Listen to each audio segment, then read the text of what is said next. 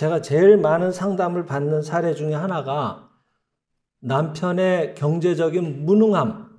그것 때문에 내가 아직도 이 나이에도 생활 현장에 뛰어들어서 경제 활동을 할 수밖에 없습니다. 그런 점들이 많이 힘이 듭니다 하는 분들이 왕왕 계세요. 오히려 본인이 실질적 가장처럼 남편의 수입이 크게 가정경제에 도움이 되질 못해서 자기가 가정을 오히려 더 뒤에서 지지를 해야 되고 지원을 하지 않으면 안 되는 그런 상황에 놓여 있습니다 하는 분들이 꽤 계세요. 그런 분의 경우는 남편의 무능함을 마음으로 그려서 그런 무능한 남편을 제게 주셔서 감사합니다 해가지고 끌어당겨가지고 그런 분하고 결혼하지는 않았을 거란 말이에요. 그죠? 근데 왜 그런 문제가 일어나오느냐 하는 것이 이쪽에서는 그런 남편을 원한 적이 없지만은 문제는 저 잠재의식의 세계에 실질적으로는 그런 남편을 내가 그리고 있었더라고 하는 겁니다. 본인은 그것을 잘 모르지만 가령 결혼 전에 친정아버지가 별로 역할을 못 하세요. 해서 어머니가 아글타글해서 그 많은 형제들을 거두어서 다 출가도 시키고 그렇게 애를 쓰셨어요. 근데 그걸 쭉 자라면서 보면서 그러자니 어머니가 경제적으로 도움을 안 주는 아버지에 대해서 감사합니다 하고 이렇게 지내기는 어렵거든요. 이거 갖고 내가 어떻게 살라고 하는 거냐고 자꾸 돈 때문에 집안에 시끄러운 소리가 나게 돼 있어요. 그래서 돈 이런 얘기가 나온다. 그걸 보는 자녀 마음은 보기가 좋질 않아요. 지긋지긋해. 아, 또 싸운다 하고 문을 닫고 방으로 들어간다든지 이런 일들이 왕왕 있어요. 그리고 마음에 어떤 생각을 갖는가 하면은 나는 나중에 커서 가정을 이루면은 절대로 돈 때문에 아이들을 힘들게 하지 않으리라. 그런 환경을 베풀어 주지 않겠다 나는. 하고 결심을 한다고요. 그래서 경제적으로 능력이 있는 그런 훌륭한 남편을 만나서 절대로 경제적으로는 애들한테 힘들게 하지 말자 이렇게 생각을 해요. 그죠? 일반적으로 그렇게 생각하지 않겠어요. 근데 거기에 함정이 있는 거예요. 함정이라고 할까? 아까 현재의식은 자타를 구별한다 그랬죠. 그런 상황이니까 나는 저러지 않으리라고 생각을 했는데 문제는 이 잠재의식이라는 95%라고 하는 대다수를 차지하는 불러들이는 역할을 하는 이 마음의 대부분을 차지하는 잠재의식이 갖고 있는 특징 중에 하나가 자타가 구별이 없어요. 너와 나의 구별이 없다고요. 결혼 전에 한 여성의 마음속에 무능한 가장의 모습만 새겨지는 거예요. 그래서 늘 돈 때문에 다툴 수밖에 없는 가정의 모습이 새겨지는 거예요. 결국은 자기가 그린 거예요. 마음속에. 무능한 가장을 그렸던 거예요. 그 당시에 이미. 돈 때문에 죽겠다고 하는 그런 가정을 미리 그렸던 거예요. 그러니까 보란듯이 남편이 경제적인 활동을 별로 안 해요. 가정 경제에 기여를 안 해요. 왜? 내가 미리 그려놨으니까 그 그린 그림에 충실하게 남편은 역할을 해야 되거든요. 그렇게 해서 역할을 해서 나오는 분을 뭐라고 하는가 하면은 여러분들 좋아하시는 관세음 보살이라고 합니다. 남편은 내가 열심히 그려놨던 그 모습을 실현시켜 주시기 위해서 나타나오신 관세음 보살인 거예요. 왜? 관이라고 하는 거는 보통 우리가 본다고 할 때는 이 볼견자를 쓰는데 여기서 관이라고 하는 마음으로 보는 걸 말하거든요. 꿰뚫어 본다 이 말이에요. 근데 뭘 보시는가 하면은 세상 세자잖아요. 세상 사람들의 마음속에서 울려 퍼지고 있는 당기고 있는 그죠?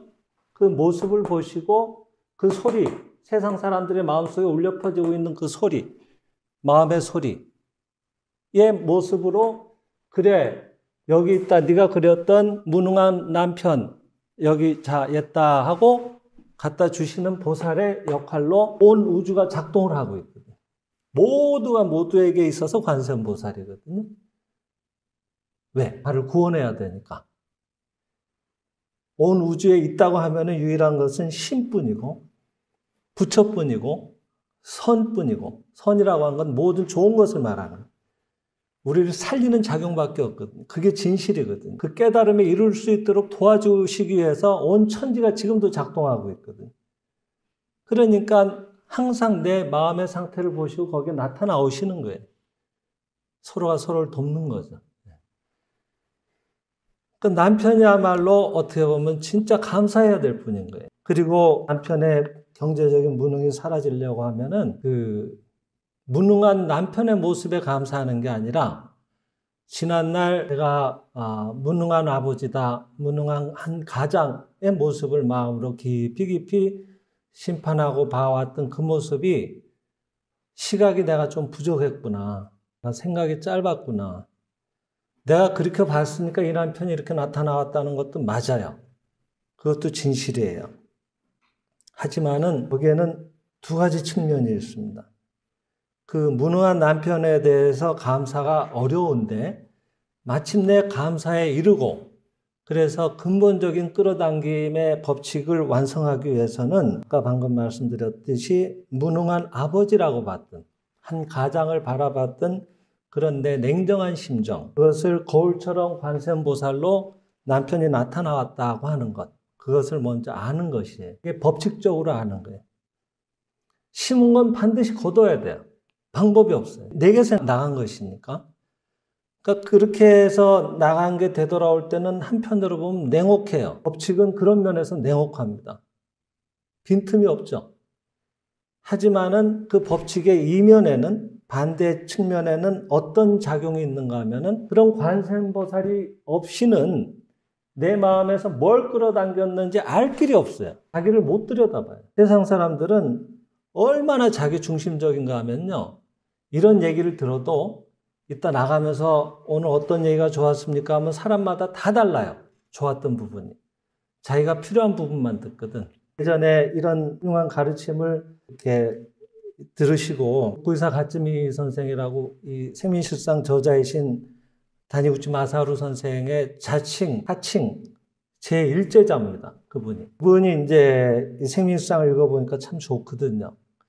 그리고 여러 말씀을 들어봐도 참 좋거든요. 그래서 부인을 강연에 모시고 갔어요. 그래서 같이 이제 강연을 잘 듣고 나오는데 다행히 아내도 굉장히 기뻐하면서 잘 들어요, 강연을. 그래서 참 잘 됐다 하고 이제 강연을 마치고 집으로 오는 길에 누가 이제 대화를 나눠요.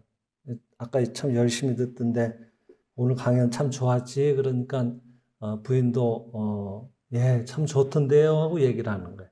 속으로 막 이제 됐다 하는 생각이 드는 거예요. 그래, 참 좋지. 어디가 당신 좋아하는지 모르겠는데 난 그 얘기가 참 기억에 남네. 그러면서 뭐 얘기를 꺼내요. 무슨 얘기가 좋았어요? 그랬더니 왜 그러지 않던가 선생이 그 남편은 하늘이고 아내는 땅이라 그러셨잖아. 그랬더니 맞아요. 그 얘기 하셨죠.